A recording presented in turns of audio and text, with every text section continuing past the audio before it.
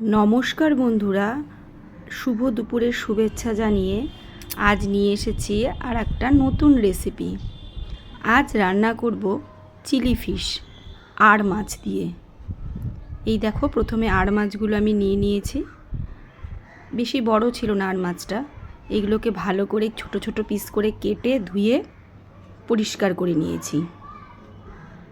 বেশি বড় করব না, ছোট ছোটই থাকবে, তাহলে এইগুলো ভালো লাগবে। ভালো করে কেটে ধুয়ে নেওয়ার পর নুন হলুদ মাখিয়ে আগে তেলের মধ্যে ভেজে নেব খুব ভালো করে। লাল লাল করে ভালো করে মাছগুলো ভেজে নিয়েছি। মাছগুলো ভাজা হয়ে গেছে। এবার আমি পেঁয়াজকলি, রসুন, কাঁচা লঙ্কা সমস্ত এইগুলো ধনেপাতা কুচি কুচি করে কেটে নিয়েছি। এবার ওই মাছ ভাজার তেলেই রসুন আর কাঁচা লঙ্কা ফোড়ন দিয়ে পেঁয়াজগুলো ভেজে নেব। পেঁয়াজগুলো আমি একটু বড় সাইজেরই কেটেছি, কিউব আকারে। পেঁয়াজগুলো হালকা নাড়াচাড়া করে সেই তেলের পেঁয়াজের মধ্যেই পেঁয়াজকলি দিয়ে দেব।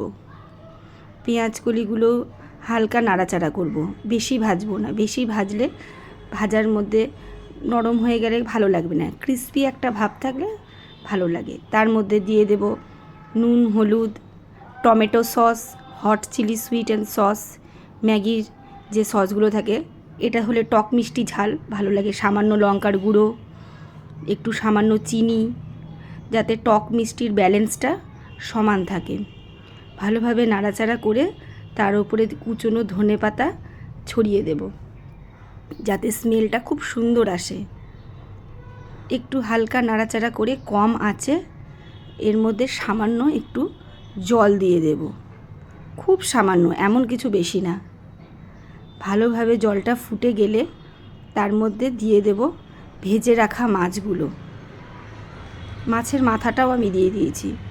খুব একটা বড় মাছ ছিল না তো, সেই জন্যেই।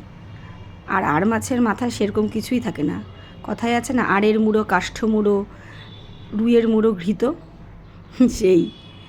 দেখো, এবার হালকা ফুটে গেছে, নাড়াচাড়া করে নামিয়ে নিলাম। কি সুন্দর মাখা মাখা হয়েছে, অসাধারণ লাগে চিলি ফিশ।